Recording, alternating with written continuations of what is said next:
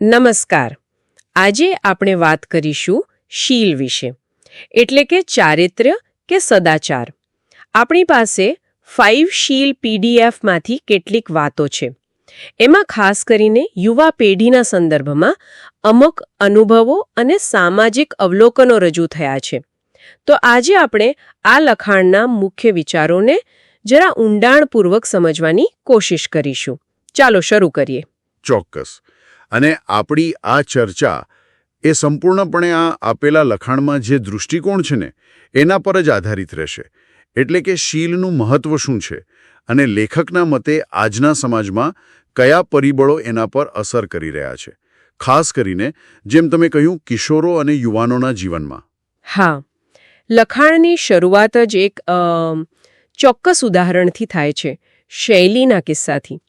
એમાં પેલી હાઈસ્કૂલ અને કોલેજ જીવનની વાત છે. મિત્રો સાથે હળવા મળવામાં અમુક મર્યાદાઓ ક્યારેક ઓળંગાઈ જાય, જેને એ સમયે તો ફક્ત મજા જેવું ગણવામાં આવે. બરાબર. પણ પછી લગ્ન જીવનમાં ભૂતકાળની અસર દેખાય છે અને અંતે સંબંધ ટકતો નથી. હા, અને અહીં જે રસપ્રદ વાત છે ને એ છે કે આ લખાણ આ ઘટના માટે વ્યક્તિના દોષ કરતા મતલબ કે આસપાસનું જે વાતાવરણ છે એને વધુ જવાબદાર ઠેરવે છે. એક એવું વાતાવરણ જ્યાંથી જાણે શીલનું મહત્વ જ ઓછું થઈ ગયું છે. લેખક આને કોઈ એકાદ ઘટના તરીકે નથી જોતા, પણ એક મોટી સામાજિક ચિંતા તરીકે જુએ છે, જેની બહુ ગંભીર અસરો પરિવારો પર, એટલે કે મા બાપ, ભાઈ બહેન બધા પર પડી રહી છે એવું સ્ત્રોત માને છે. તો આ વાતાવરણ વિશે લખાણમાં શું કહેવાયું છે? એમાં 2 પ્રકારના વાતાવરણની વાત છે, ખરું ને? હા, બરાબર. લખાણ મુજબ શીલને જાળવવા માટે જે યોગ્ય વાતાવરણ કહેવાય એના માટે અમુક સૂચનો છે. મુખ્યત્વે જુઓ, 3 બાબતો કહી શકાય. પહેલું, શિક્ષણને લગતું, જેમ કે સશિક્ષણ એટલે કે કો એજ્યુકેશન ન હોવું જોઈએ. બીજું, મીડિયા અને જાહેર વર્તન પર અમુક નિયંત્રણો, જેમ કે મીડિયામાં શૂન્ય ગંદકી, બધે ડ્રેસ કોડનું પાલન થાય એવો આગ્રહ, અને એવી સિસ્ટમ ન હોવી જોઈએ જ્યાં સ્ત્રીઓને કારણ વગર ઘરની બહાર નીકળીને ખરાબ નજરોના સંપર્કમાં આવવો પડે. અને ત્રીજું છે કાયદાકીય અને સાંસ્કૃતિક રીતે પ્રોત્સાહન, એટલે કે વિકૃતિ ફેલાવનારા માટે કડક સજા, શીલનું મહત્વ સમજાવતો અભ્યાસક્રમ હોય, અને ભારતીય સંસ્કૃતિની મહાનતા, મર્યાદા પાલનની જરૂરિયાત એના વિશે મીડિયા દ્વારા સતત સમજણ આપવી એ ફરજિયાત હોવું જોઈએ એવું સ્ત્રોત કહે છે. અને આ એક આદર્શ ચિત્ર જેવું થયું. એની સામે લખાણ આજના વાતાવરણને બિલકુલ વિપરીત ગણાવે છે. અચ્છા, એક બીજો મુદ્દો પણ છે જે કદાચ થોડો વધારે ચર્ચાસ્પદ લાગે, કે પેલો બાળ લગ્ન વિરોધના નામે સમજણા થઈ ગયેલા કિશોરોને લાંબા સમય સુધી કુંવારા રાખવાથી નુકસાન થયું છે. આ દલીલ ખરેખર ધ્યાન ખેંચે એવી છે. હા, લખાણ એવી દલીલ કરે છે કે યુવાનીની જે સહેજ ભાવનાઓ છે એ નદીના પ્રવાહ જેવી છે.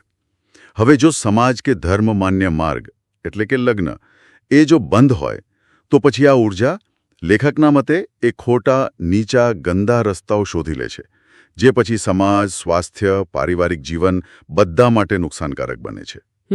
એમનું કહેવું છે કે આજના કિશોરો પાસે પરિણીત જીવનનું માળખું નથી, પણ પેલી લાગણીઓને ભડકાવનારા નિમિત્તો ચારે બાજુ છે. પરિણામે જીવન જાણે ગંદકીઓથી ખદબદી રહ્યું છે. અને લખાણ એ પણ સ્પષ્ટ કરે છે કે જુઓ, સંપૂર્ણ બ્રહ્મચર્ય એના માટે તો ઊંડો વૈરાગ્ય જોઈએ, આધ્યાત્મિકતા જોઈએ. હવે મોટાભાગના યુવાનો પાસે એ ક્યાંથી હોય? બરાબર. એટલે પછી શીલ જાળવવું એમના માટે બહુ જ મુશ્કેલ બની જાય છે.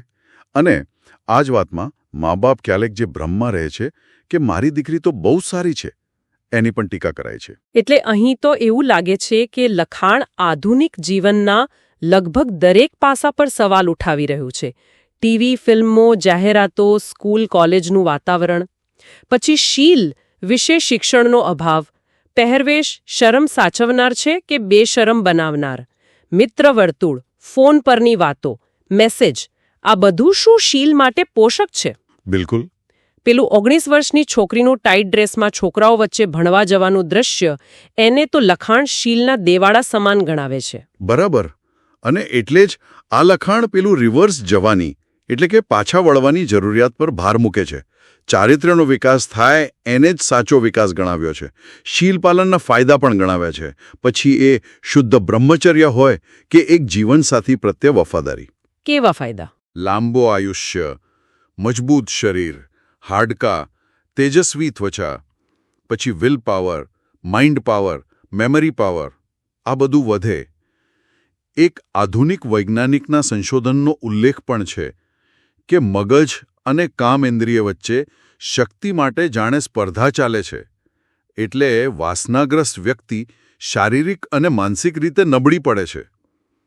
ટૂંકમાં આ લખાણ મુજબ શીલ એ ખાલી નૈતિકતાનો મુદ્દો નથી.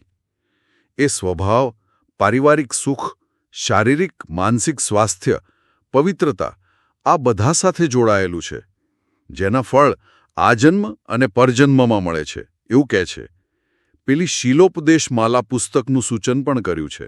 હા, એ પુસ્તકનું નામ આવ્યું છે, પણ અહીં એક વ્યવહારુ પ્રશ્ન એ થાય છે, જે લખાણમાં પણ પૂછાયો છે કે ભાઈ, જો આસપાસનું વાતાવરણ ન બદલાય તો વ્યક્તિ એકલી કઈ રીતે બદલાશે? આજના જમાનામાં સ્માર્ટફોન, મીડિયા, ફ્રેન્ડ સર્કલ, શિક્ષણની રીત આ બધાથી અલગ ચાલવું થોડું ઓકવર્ડ કે અજુકતું નહીં લાગે? હા, અને લખાણનો જવાબ એકદમ સીધો અને સ્પષ્ટ છે. હા, જુદા લાગીશું, બિલકુલ લાગીશું, પણ નક્કી એ કરવાનું છે કે બીજાને કેવું લાગે છે એની ચિંતા કરવી છે કે પોતે કેવા બનવું છે એની. સારું દેખાવું છે કે સારા બનવું છે. લેખક આજના સમાજની સરખામણી કરે છે ભપકાદાર કપડાં પહેરીને કેન્સર છુપાવતો માણસ અથવા તો ચમકદાર પેકિંગમાં સડેલો માલ. અને પછી કેટલાક તીખા સવાલો પૂછે છે. શું ખાલી દેખાડો કરવા માટે આ બધાનો ભાગ બની જ જવું જરૂરી છે? શું આપણે આપણું પવિત્ર અસ્તિત્વ ના બચાવી શકીએ? શું આપણા સંતાનોને પણ આ જાણે સામૂહિક આત્મહત્યા જેવી લાઇનમાં ઊભા રાખી દેવાના? આ સવાલો ખરેખર વિચારતા કરી દે એવા છે. એટલે સ્પષ્ટ છે કે આ લખાણનો જે મુખ્ય સાર છે એ છે કે શુદ્ધ શીલ કેળવવા માટે એકદમ દ્રઢ ઈચ્છાશક્તિ કેળવવી પડે. બરાબર. અને જ્યાં ચા ત્યાં રાહ એવો લેખકનો વિશ્વાસ દેખાય છે. હા, અને અંતે એક વિચારવા જેવો મુદ્દો કદાચ એ રહે છે કે આ લખાણ શીલની એક બહુ ચોક્કસ, કડક વ્યાખ્યા આપે છે અને એને અમુક સામાજિક માળખા અને વ્યક્તિગત લાભો સાથે જોડે છે. પણ આજના યુગમાં જ્યાં આટલા બધા બાહ્ય દબાણો છે, પ્રભાવો છે, એની વચ્ચે પોતાના સ્વભાવને, જેને લખાણમાં શીલ કહ્યું છે, એને ખરા અર્થમાં જાળવી રાખવું, એનો મતલબ શું હોઈ શકે? આ એક પ્રશ્ન છે જે આ ચર્ચા પછી પણ મનમાં રહી જાય છે.